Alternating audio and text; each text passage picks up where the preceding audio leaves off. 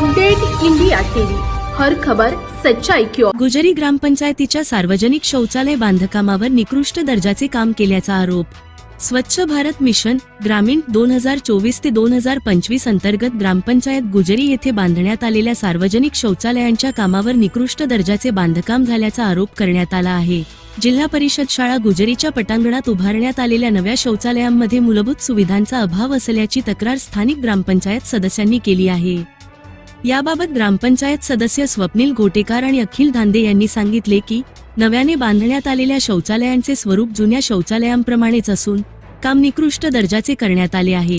शौचालयात पाणीपुरवठ्याची सुविधा उपलब्ध नाही, पाण्याची टाकी बसविण्यात आलेली नाही, तसेच नळ फिटिंगचे कामही अपूर्ण असल्याचा आरोप करण्यात आला आहे। केवळ रंगरंगोटी करून देखावा करण्यात आल्याचीही नाराजी व्यक्त करण्यात आली। विशेष म्हणजे ही शौचालये जिल्हा परिषद शाळा गुजरीच्या परिसरात असल्याने शाळेतील विद्यार्थी, शिक्षक आणि कर्मचारी यांना त्याचा वापर करावा लागणार आहे। मात्र अपूर्ण व गैरसोयीच्या सुविधांमुळे विद्यार्थ्यांच्या आरोग्याचा प्रश्न निर्माण होण्याची शक्यता व्यक्त करण्यात येत आहे।